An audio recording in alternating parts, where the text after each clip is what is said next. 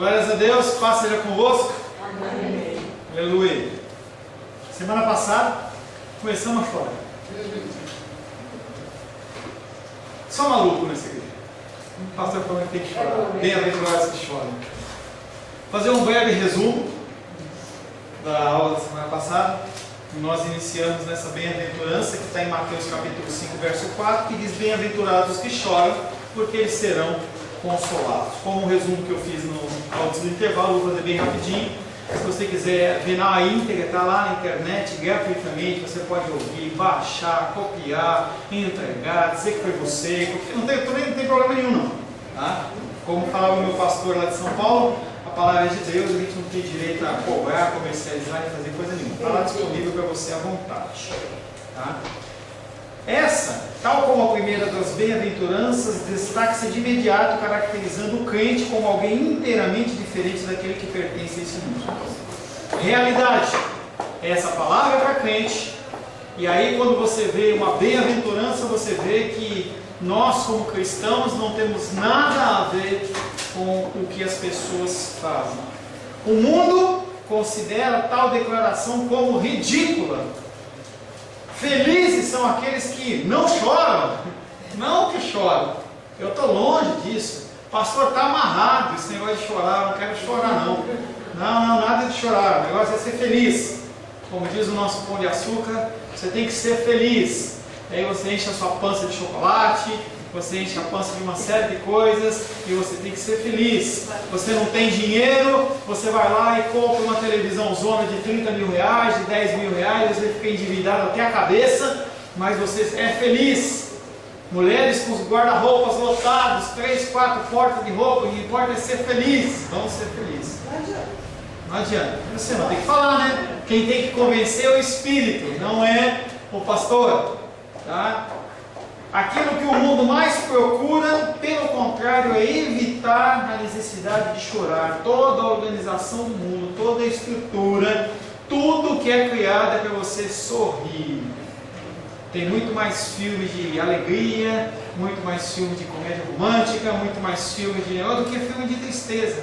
Porque filme de tristeza não vende, muito pouco. Vende muito pouco. A estrutura do mundo não pode chorar. Mas a Bíblia fala em Mateus capítulo 5, verso 4, que bem-aventurados os que choram. E aí Lucas, para ser um pouquinho mais mal, ou não sei se tem algum superlativo de mal, né? Porque magro não é mais magro, né? Magérrimo. Agora mal é mais mal, como é que é isso? Não sei. Se você sabe, você me fala. Mas deve ter um superlativo de mal, né? Não pode ser diabo, né? Lucas capítulo 6, verso 25. Lucas 6, 25.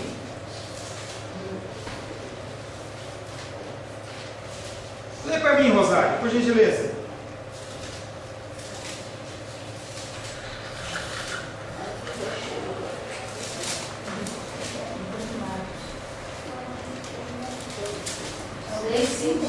Lucas capítulo 6, verso 25. Ai de vós, os que estáis agora fartos. Quem que está falando aí, Rosário? É Deus, o Espírito Santo. É Jesus, através do evangelista Lucas. Então vai lá. É o pastor Paulo que está falando aí? Não, né? Então vai lá. É Rosário? Não. Ai de vós, os que... É 24? 25. Ai de vós, os que estáis agora fartos, porque vireis a ter fome. Só o 25? Só 25. Então 26 também. Então eu não marquei. Não, é o resto. Está faltando o resto do 25, então. Dois anos. Ai de vós, os que agora rides, porque a vez de lamentar e chorar. É agora que eu largo esse Jesus. Ele está falando para mim que se eu tenho o que comer, aí que eu vou ter fome. Se eu estou rindo, aí vai acontecer que você lamenta e chora. Você não pode ler a palavra de Deus como se estivesse lendo Correio Brasiliense, lendo Revista Caras, lendo qualquer coisa. Você tem que ler espiritualmente. Nós vamos estar falando entendimento disso aí. Ele não está falando para você ser aquele sofredor, aquele que chora, aquele chorão que tem. Não é isso que ele está falando. Não é isso. Essa afirmativa condena a felicidade aparente que os homens deste mundo exibem, proferindo um ai contra os mesmos. Ele está falando, se você se apoia na sua riqueza, se você se apoia na sua abundância, cuidado. Você não está tendo dependência de Deus, sua dependência no seu salário, na sua aposentadoria, no seu plano de saúde. Eu não estou falando que nada disso é ruim. Eu estou falando que você não pode entender que isso, você depende disso. Se hoje você não tiver plano de saúde, você, se não for um desígnio de Deus, você não vai morrer, não vai ficar doente, não vai passar nessa... Porque nenhum justo mendiga o pão. Nós temos nosso salário, temos nosso plano de saúde, os nossos seguros, mas a nossa confiança vem de Deus. Lá na palavra de Deus diz que uns confiam em carros e outros em cavalos, mas nós confiaremos na força do nosso Deus. Um texto que está lá, se não me engano, em Josué, em que ele fala assim, olha, não sei se é Josué, não lembro. Eu lembro que lá em Josué acontece a seguinte cena. Eles estão invadindo para destruir um grande ajuntamento de pessoas. Logo depois eles começarem a querer invadir um aliado de Israel, os gibeonitas. Lembra da história dos gibeonitas? E aí aquele povo sai lá e eles estão parados numa praia, 5 reis, acho que são 5 reis, lotados de camelos, lotados de carros de guerra, de metal. E aí Deus fala para Josué, Josué, destrói tudo. Que doideira é essa? Podia ser tão bom para a gente, né? Vocês, se vocês tiverem esse tipo de coisa, vocês não vão confiar em mim, vocês vão confiar nos seus carros. Você não tem problema nenhum de você ter uma poupança, ter uma reserva financeira, é saudável. Só que você não pode confiar nisso. Porque se você tiver uma poupança hoje de 50 mil reais e der um problema de saúde em você, você precisar ficar na UTI por um mês, esse dinheirinho, 50 mil reais é dinheiro, hein? Ó, eu vou resolver coisa nenhuma. Então a sua confiança não pode ser na poupança. Lembra lá do Collor e da Zélia Cardoso, quando congelaram, que as pessoas tiveram suas poupanças congeladas, o povo foi lá e deu um tiro na cabeça, porque a confiança dele estava onde? Na poupança. O mundo considera tal declaração uma loucura, bem-aventurados os que choram. Nosso Senhor não disse que a gente tem que chorar, que aqueles que choram por motivo de alguma tristeza que são felizes. Não, se você perder um ente querido, você vai chorar de tristeza. Não tem nada a ver com o que ele está falando. Está falando da dependência de Deus. Da mesma maneira que humildade de espírito, que nós estudamos até a semana retrasada, não está falando de dinheiro. Humilde não é aquele que é pobre, não é aquele que anda com a roupa rasgada, aquele que anda sem nada, não é isso. A pessoa ela pode ser humilde tendo dinheiro ou não tendo dinheiro. Você está cheio de gente pobre que é soberbo. E o problema é que nós não evidenciamos o conceito da bem-aventurança dos que choram, dessa dependência da igreja moderna. Aqueles que estão fora da igreja sempre foram atraídos pelo cristianismo quando a igreja ela é verdadeira. Você vê as igrejas hoje lotadas. Um fala da cura, e a cura é divina. Existe isso, gente. Não seja cético. Rosângela me contou ontem um exemplo, disse que ela ouviu em sala de aula, que o Agostinho, o bispo Agostinho de Hipona, homem de Deus, dentro do meio da igreja católica, homem de Deus. E aquele homem, ele estava lá no seminário e ele acreditava em tudo, e as pessoas zoavam ele, os seminaristas. Aí, como é que é? O elefante voando, né? É isso, né? Olha, Agostinho, tem um elefante voando. Olha, Agostinho, tem um elefante voando. E ele saiu correndo. Cadê? E ele fala, você é muito tolo, Agostinho. Você acredita em tudo. E Agostinho olha para eles e fala assim, eu prefiro acreditar em tudo, a acreditar que um crente mente. Eita! Gente, se você tiver que ser excelente ou excessivo, seja no acreditar, não ser cético. Nós temos que buscar um equilíbrio, mas nós temos que crer. Deus ele continua curando. Se for um propósito de Deus e você encontrar um homem sem uma mão e você orar e for o propósito de Deus, aquela mão cresce. É verdade isso. É verdade. É verdade. Mas as pessoas, elas têm feito disso um comércio. Se você precisar de dinheiro, de provisão para alguma necessidade física, necessidade sua financeira, o Senhor é a fonte, Ele é o Deus do ouro e da prata.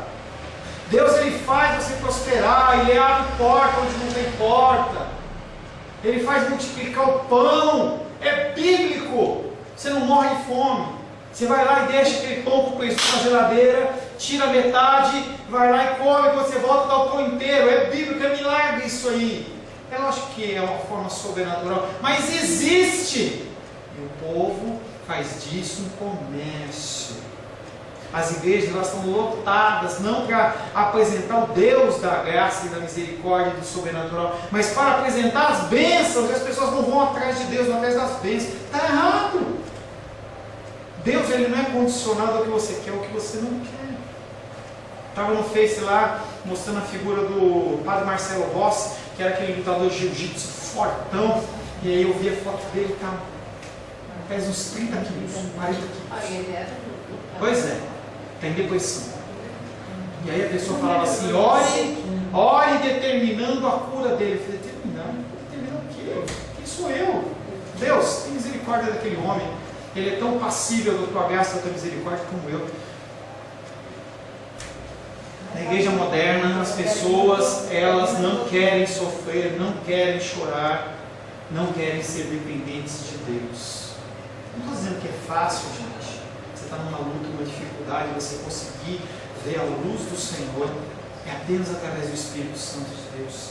Eu vi um filme com a Rosângela essa semana que opa, desculpa, eu posso fazer uma coisa lá no computador. Estava vendo um filme que o cara fala 60 minutos no céu e mostra um momento da pessoa. Se você puder ver esse filme, veja, é maravilhoso. Tem no Netflix. Eu acho que é no Netflix. Alugue 60 minutos no céu e mostra um homem cristão, um pastor batista, ele sofre um acidente e ele passa um tempo de desgraceira na vida dele, porque sofreu um acidente, o osso sumiu, e dor, e desespero, e ele não encontrava o motivo de tudo aquilo. E aí no finalzinho do filme, não vou contar para você, ele encontra isso, ele encontra essa verdade, e ele viu que tudo valeu a pena, tudo tem um motivo. E ele sofreu, chorou, sofreu, dependência de Deus. Muito lindo o filme, vale a pena você ver. Mas hoje a gente não vê. Aqueles que estão fora da igreja sempre são atraídos pelo cristianismo quando a igreja realmente começa a funcionar como a igreja de Cristo. E a gente tem que tomar cuidado. Foi o último tema que a gente trabalhou na semana passada, falando sobre puritanismo. E o puritanismo não tem relacionado com sexo. Mas assim, o cara é muito puritano, não é porque o cara não gosta. Não, pelo contrário. Os puritanos, eles eram homens que liam a palavra de Deus e eles queriam viver o que estava escrito lá. Seja um puritano. E aí teve um grande confronto com as pessoas da época. As pessoas, elas faziam, como nos dias de hoje, adequações ao Evangelho. Então, se eu falo assim, se o Evangelho está falando assim, olha, não pode usar blusa laranja, e eu quero que a Carol, que gosta de laranja de vinho, goste de laranja de vinho. Então eu crio uma nova doutrina, eu dou uma adaptada. Eu acho que esse exemplo meu é um ridículo, mas é um exemplo que as pessoas fazem de toda sorte e espécie, com vestimenta, com procedimento, com adoração, com isso, com aquilo. Se eu começo a olhar na internet, você vê quantas aberrações. Estava falando com a titia, mostrando um post lá em que a pessoa leu: luz para os meus caminhos é a tua palavra, Senhor.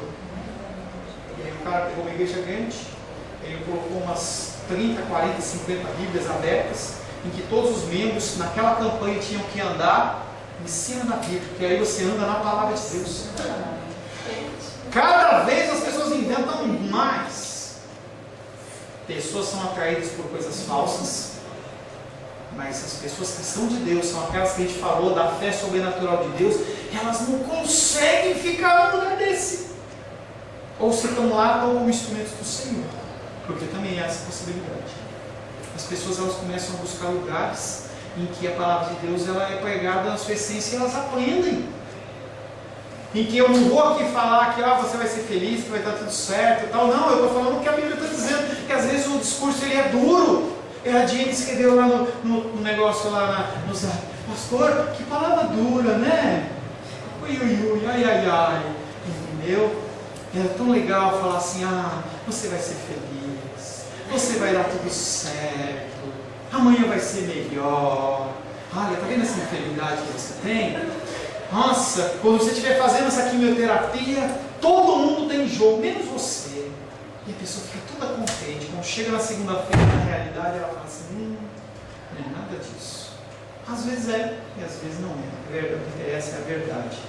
O problema é que nós temos que tomar cuidado não com o puritanismo, sim com o falso puritanismo. As pessoas elas se vestem de pele de ovelha, mas elas são verdadeiros lobos. Verdadeiros lobos. Outra ideia que vem ganhando, começando a aula do dia de hoje, outra ideia que vem ganhando terreno na igreja atual é a ideia de que, se quisermos, como crentes, atrair outros que não são crentes, nós devemos ostentar uma aparência de jovialidade, de alegria e de riqueza. Isso não atrai cristão verdadeiro, não atrai pessoas. Eu chegar e começar a fazer campanhas mirabolantes, começar a inventar uma série de coisas. Gente, eu cansei de fazer isso. Eu e a Rosângela cansamos de fazer esse tipo de coisa, de participar, de organizar. As pessoas, elas, no momento inicial, elas ficam deslumbradas. Campanha do fim das dificuldades financeiras. E falam assim: olha, acabou meu problema, eu vou ir. Vem aqui, faz 7 semanas que você vai ficar bem. 7 semanas que você vai ficar rico. 7 semanas que vai acontecer isso, aquilo. Gente, as pessoas elas são atraídas, mas que pessoas são atraídas? Não aquelas que querem Deus. Ou se a pessoa ela é atraída no momento inicial, aquilo vai passando como se fosse uma fumaça, ela vai se dispersando. Você fala assim: não quero mais isso para a minha vida. Muitos procuram assumir um ar de alegria e felicidade que não procede da alma, e o cara está chorando por dentro, e você fala assim: e aí, irmão, como é que tá? O irmão está com câncer. Na bênção, irmão! Legal, tudo jóia aqui, não, está chorando por dentro. E aí a pessoa acha que ela não pode sofrer. A gente vê isso muito em enterro, principalmente em enterros religiosos. Está lá o povo sofrendo, e o líder ou o membro da igreja vai falar assim: por que você está chorando? Você tem que sorrir. Deus é a sua força. Falsa religiosidade. O choro que nos é concedido, que ele fala para a gente, não é o choro da tristeza. A gente sente tristeza. O luto é bíblico. As pessoas ficavam de luto biblicamente. Você tem direito a ficar triste, você tem direito a chorar, porque quem te consola não é o homem, quem te consola é o Senhor. Como podemos ter dessa maneira choro espiritual na vida moderna, na vida da igreja moderna? E aí você está no meio de um povo que quer ser feliz, o povo quer pular, quer dançar. Eu lembro de cultos que eu e Rosângela fomos, em que tinha 3 horas de louvor, as pessoas pulavam, dançavam, pulavam. Aquele fedor de suor, porque não tinha como. Na hora de ouvir a palavra, a pessoa não conseguia ouvir nada, mas ela estava alegre no espírito. Na verdade, não estava alegre no espírito. Ela estava tentando extravasar. E aí, quando você vê, por exemplo, figuras do carnaval, em que as pessoas elas vão fazer o que fazem lá, na verdade elas estão extravasando o coração, tentando de alguma maneira trazer alívio ao seu coração, um alívio que só pode vir através do Senhor. Eu não estou dizendo para você que é pecado dançar, eu não estou dizendo, a gente não tem grupo de dança na igreja, eu nunca pensei nisso, no momento certo a gente vai estar pensando nisso, mas biblicamente você não encontra as pessoas dançando dentro do templo. Mas eu não teria problema com isso, mas é um problema que a gente lidar lá na frente. Deixa acontecer. O que se vê nos dias de hoje, na igreja moderna, são crentes superficiais e com um estado emocional quase que, segundo os psicólogos dizem, bipolar. Como não é alicerçado na palavra, a pessoa oscila entre uma depressão profunda e um êxtase. Isso a gente vê demais. A pessoa está na igreja, levanta as mãos aos céus, canta santo, santo, santo, louva ao Senhor, se alegra, comunhão com os irmãos, chega segunda, terça, quarta-feira, sei lá que dia, a pessoa está lá, Deus me ama, não confio. Faz aquela conta da CAES, que dá de R$30, a pessoa não tem dinheiro, ela se desespera. Depressão. Numa hora para outra, confio. Numa outra hora, confio. Eu lembro que lá em São Paulo, eu estava numa época dessa, e o pastor olhou para mim e falou assim, eu esperando o colinho, ele olhou para mim e falou assim, como que você vai parar com isso? Domingo você está aqui, falando que Deus é maravilhoso, que Ele é soberano, que Ele é isso. Chega no outro dia, você está na tristeza, que Deus não vai te ajudar a fazer isso, fazer aquilo. Gente, eu não confio. Nós temos as nossas lutas internas, mas a gente não pode ter essas oscilações em que você, num dia está no êxtase e no outro dia está na depressão. E eu vi numa igreja que a gente congregava, os jovens pulando, dançando, aquela loucura, e falando em mim, sapateando e tal. E o meu amigo lá, um rapaz que nos ajuda, lá no nosso site, ele fala assim, pastor, eu procuro ler a palavra, eu procuro colocar em prática os ensinamentos que o pastor nos ensina, mas eu não consigo fazer isso. Eu estou errado? Eu falei para ele assim, vamos ver, tempo ao tempo. Se continuar, é de Deus. Se não continuar, não é de Deus. Aí, não para nossa alegria, por nossa tristeza, um caiu nas drogas, outro virou assaltante, outro foi não sei o quê. Você vê que essa alegria momentânea, ela é muito mais um prazer momentâneo do que realmente uma felicidade em Cristo. Como a pessoa não é alicerçada na palavra, ela oscila entre a depressão profunda e uma êxtase, e expressa muitas vezes por falsas manifestações espirituais, demonstrando uma postura quase irracional. Deus ele se manifesta através de uma série de formas sobrenaturais. Eu não estou dizendo, não vamos julgar as coisas que as pessoas fazem em igrejas mais avivadas, não é isso. Mas você tem que começar a julgar seguindo a palavra. Coisas que você fala, pô, pera um pouquinho, isso aí não está na Bíblia, por que está acontecendo isso? Um dia eu vi um pastor, ele estava consagrando uma criança, e aí ele pegou aquela criança de colo, acho que tinha uns 1 mês, 2 meses, e ele começou a rodar com aquela criança, rodar. Eu falei, gente, você pode dar um problema neurológico na criança, a criança ainda está com o cérebrozinho dela aberto aqui, como é que faz um negócio desse, gente? Só para mostrar que é espiritual. Pela falta do verdadeiro, aparece a tentativa de aparentar outra coisa, de tentar criar certa figura, ao invés de se ter uma atitude que venha do próprio coração, que controla e determina toda a nossa aparência, todo o nosso comportamento. Nós temos que ter um culto racional ao Senhor, temos que dar vazão ao Espírito Santo, mas sempre com um culto racional. Está na Bíblia, está na palavra. O que isso vai edificar? O que isso vai trazer de crescimento espiritual? Algumas vezes, todavia, penso que a explicação definitiva para tudo isso é algo ainda mais profundo e sério.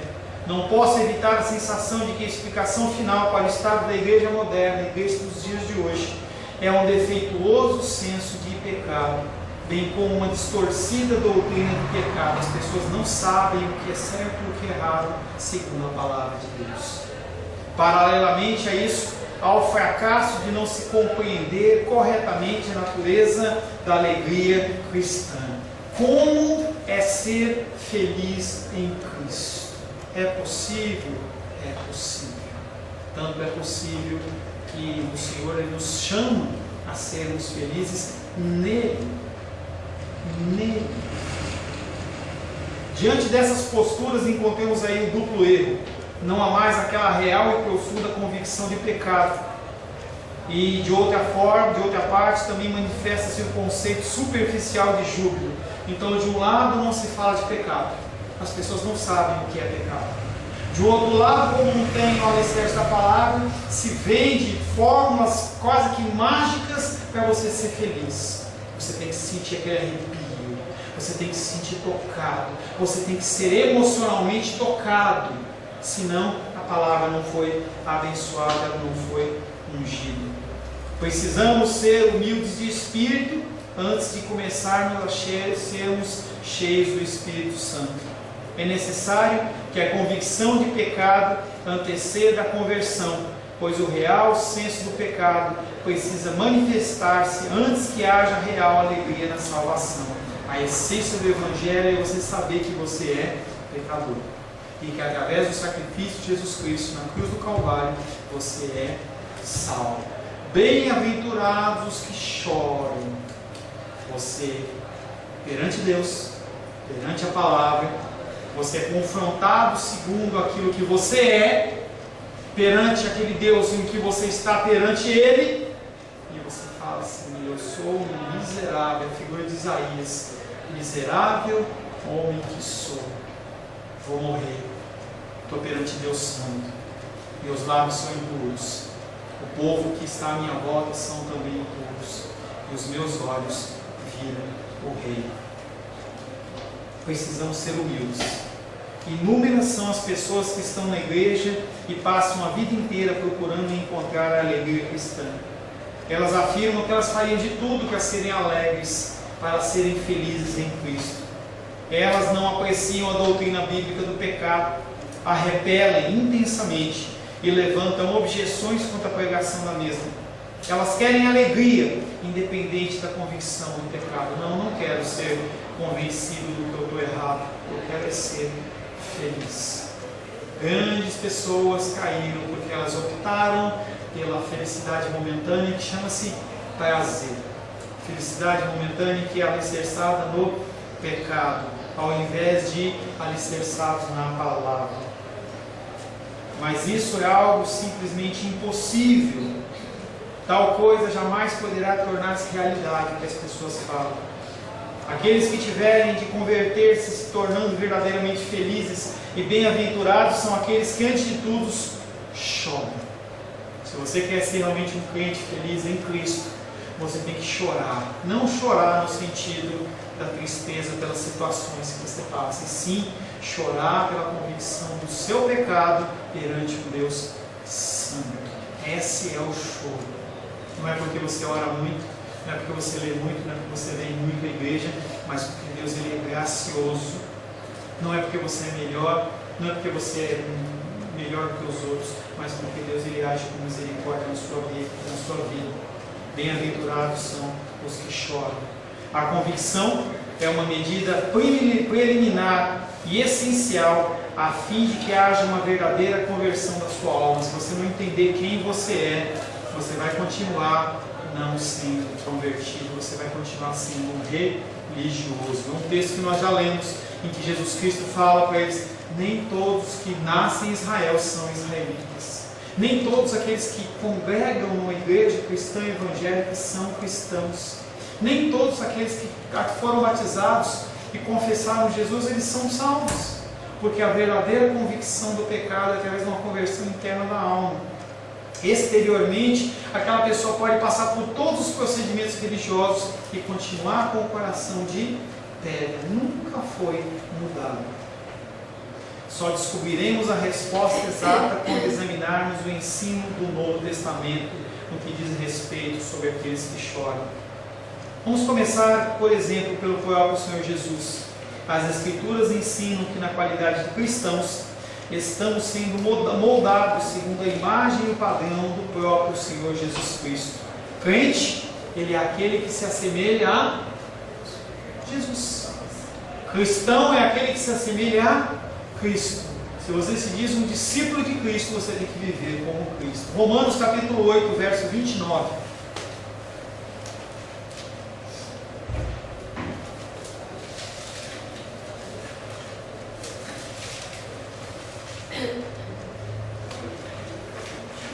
Porquanto, aos que de antemão conheceu, também os predestinou para serem conformes à imagem de seu Filho, a fim de que ele seja o primogênito entre muitos irmãos. Ele nos predestinou para nós sermos conforme a imagem de Cristo. Ele espera que nós sejamos semelhantes a Cristo. O padrão não é o pastor Paulo, não é qualquer homem ou mulher de Deus, mas o padrão é Cristo. Examinando a pessoa de Cristo, nós encontramos o quê? Isaías 53:3. Isaías 53:3. Você quer ser igual a Cristo? Você quer ser parecido com Cristo? Vamos ver como é que ele parecia. Isaías 53, 3. Era desprezado. Calma, deixa eu colocar.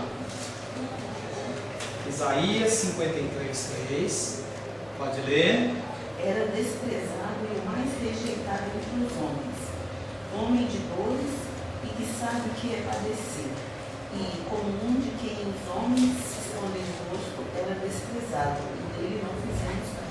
E aí no texto que nós lemos antes, o Senhor fala que Ele está nos predestinando a sermos conforme a imagem do Seu Filho. E o Seu Filho era o quê? Desprezado. Ele era o quê? Rejeitado. Ele era o quê? Homem de dores. Sabe o que é padecer. E como um de que os homens escondem o rosto, Ele era desprezado. Se você quer ser cristão, você tem que se assemelhar a esse Cristo. Não é que você vai buscar essas coisas, e sim que você vai agir como Cristo agiu. Cristo, Ele agiu de que maneira perante todas essas coisas? Na cruz, poderia ter chamado legiões de anjos, e Ele olha e fala: Senhor, perdoa, porque eles não sabem o que fazem. Pedro negou ele, só um minutinho. Pedro negou Jesus 3 vezes e ele resgata Pedro. Não é que tem prazer nisso. Jesus Cristo não tem prazer em tudo isso que aconteceu na paixão de Cristo. Você vê que ele está lá no monte do Getsemane falando: Deus, se possível, passa de mim esse cálice. Um cálice de sofrimento físico, um cálice de afastamento espiritual de Deus. Mas que seja feita a tua vontade. Esse é o procedimento do cristão. Fale, querido, pode ler. Não, aqui na minha tradução está falando homem familiarizado com o sofrimento. Familiarizado com o sofrimento. Não é que busca o sofrimento, não é que quer, não é que tem prazer no sofrimento, mas que quando o sofrimento vem, sabe viver o sofrimento. O apóstolo Paulo: eu sei ser rico e ser pobre, eu sei ser amado e sei ser desprezado, eu sei ter e não ter. É isso que a gente tem que aprender. Ter um coração satisfeito em Deus. Coração satisfeito em Deus. Hoje eu estou aqui, eu tenho capacidade de ter um carro, estou feliz. Tenho capacidade de ter um outro carro melhor, estou feliz. Não tenho carro, estou feliz em Cristo, porque Ele está cuidando de todas as coisas. Vou fazer o possível para resolver, mas eu não vou me desesperar. Estou passando luta, dificuldade, dor, eu me firmo no Senhor, glorifico o nome dEle, porque Ele é um homem que padeceu dores. Conforme a versão da Carol, Ele era familiarizado com as dores. Ali também podemos ler que a sua aparência ficaria de tal modo desfigurada, e é fisicamente, que ele não parecia atrativo a ninguém. Isso foi profetizado por Isaías a respeito de Jesus. E ao compararmos aos que dizem sobre ele os registros do Novo Testamento, vemos que essas predições foram literalmente cumpridas. Não foi só uma profecia, se cumpriu. João capítulo 8, verso 57. Quantos anos Jesus tinha quando ele morreu? Quanto? 33. Tá? Ele iniciou seu ministério com 30 anos e com 33 ele morreu. Mas essa figura aí, a aparência de Cristo, essa aparência que ele fala aí, a aparência de Cristo, que não era... Qual delas? Isaías? Tudo que ele passou, depois que ele passou pela paixão, as pessoas olhavam para ele, porque ele estava passando. Ele estava totalmente disforme pelas pancadas que ele tomou, por tudo que ele sofreu. As pessoas não reconheciam mais como aquele homem que andava no meio deles. Se desprezavam. Tá? João 8,57. Ele tinha quantos anos? 33. Tá, vamos lá. Perguntaram-lhe, pois, os judeus: ainda não tem 50 anos e viste Abraão? Gente, ele tinha 33 anos. Ele estava num discurso com os fariseus ali. Aqueles homens estavam falando: só você não tem nem 50 anos. Ele aparentava ser muito mais velho do que os 33 anos ou 30 e poucos anos que ele tinha. A aparência dele era uma aparência cansada, desgastada por tudo que ele já estava passando, por tudo que ele ia passar.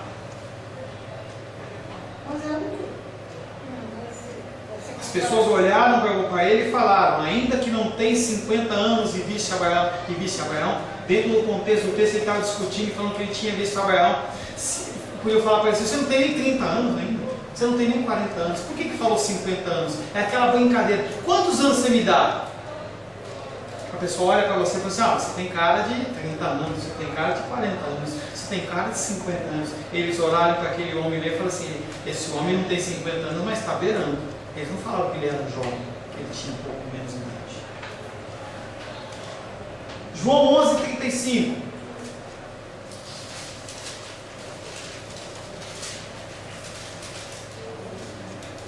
Jesus chorou.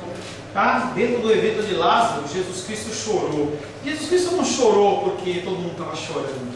Jesus Cristo não chorou porque Lázaro estava morto. Ele sabia que ele ia ressuscitar, ele é Deus. Jesus não chorou porque seu amigo tinha falecido, porquanto ele estava a ponto de ressuscitá-lo dos mortos. Jesus bem sabia que no instante seguinte Lázaro haveria de retornar à vida. O motivo que Jesus chorou é porque ele olhava para a situação do povo de Israel. Lucas 19, versos 41 a 44. Lucas 19, versos 41 a 44. Para encerrarmos. Quando ia chegando, vendo a cidade, chorou e dizia: se conheceras por ti mesma, ainda hoje o que é devido à paz.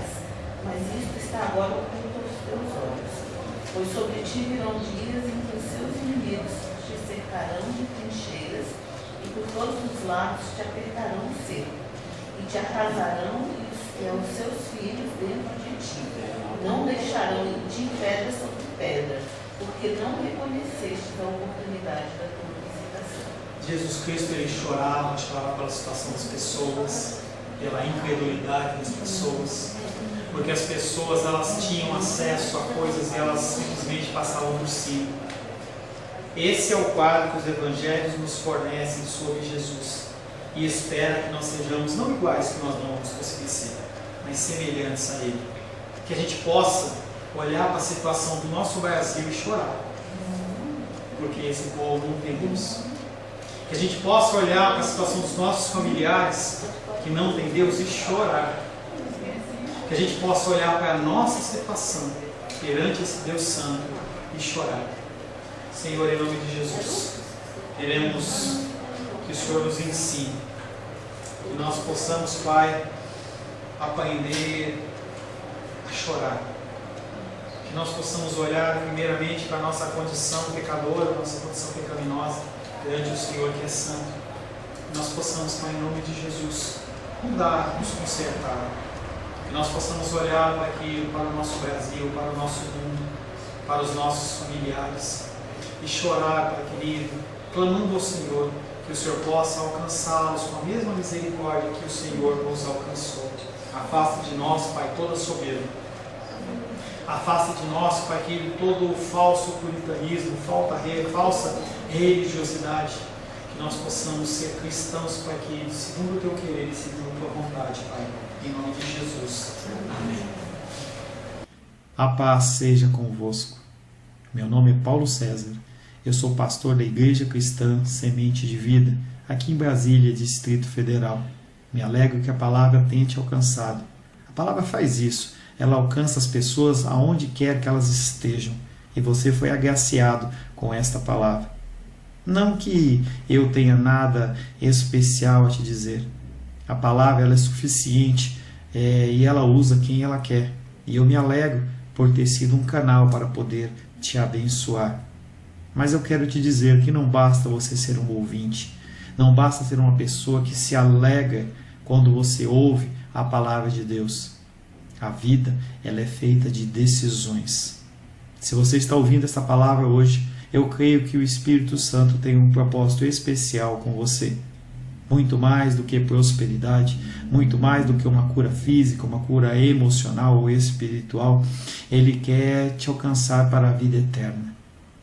Nós investimos nosso tempo, nós investimos as nossas forças em coisas terrenas, mas o Senhor ele tem muito mais a oferecer.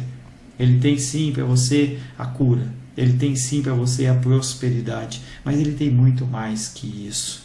Submeta-se a um Deus que Ele é capaz de mudar e transformar a sua vida por completo. Creio que o Espírito Santo Ele é capaz de tocar o teu coração. Quero pedir que você curve a sua cabeça. Senhor, em nome de Jesus, coloco na tua presença essa vida que ouve esta ministração, que ouve esta palavra. Pai, eu não tenho capacitação nenhuma, mas o teu Espírito Ele é capaz sim de tocar nesta vida, gerar nela mudança, transformação, arrependimento, e que ela possa simplesmente bater no peito, convencendo-se que é pecadora e que precisa de um Deus salvador. Não há um caminho a ti, meu Deus, que não seja através de Cristo. E eu lhe peço, Pai querido, que você alcance essa vida e ele possa sim tomar uma decisão pessoal pelo Senhor, em nome de Jesus. Amém. Amém, meu querido. Amém, minha querida. Fico contente que você esteja ouvindo essa ministração até o fim. E peço que você não se limite a ouvir os cultos pela internet. Você procure perto da sua casa uma igreja, um lugar que proclame a palavra do Senhor. Eu oro para que o Espírito Santo te direcione nessa busca, porque muita coisa tem sido oferecida que não é o Evangelho. Eu abençoo a sua vida em nome de Jesus. Amém.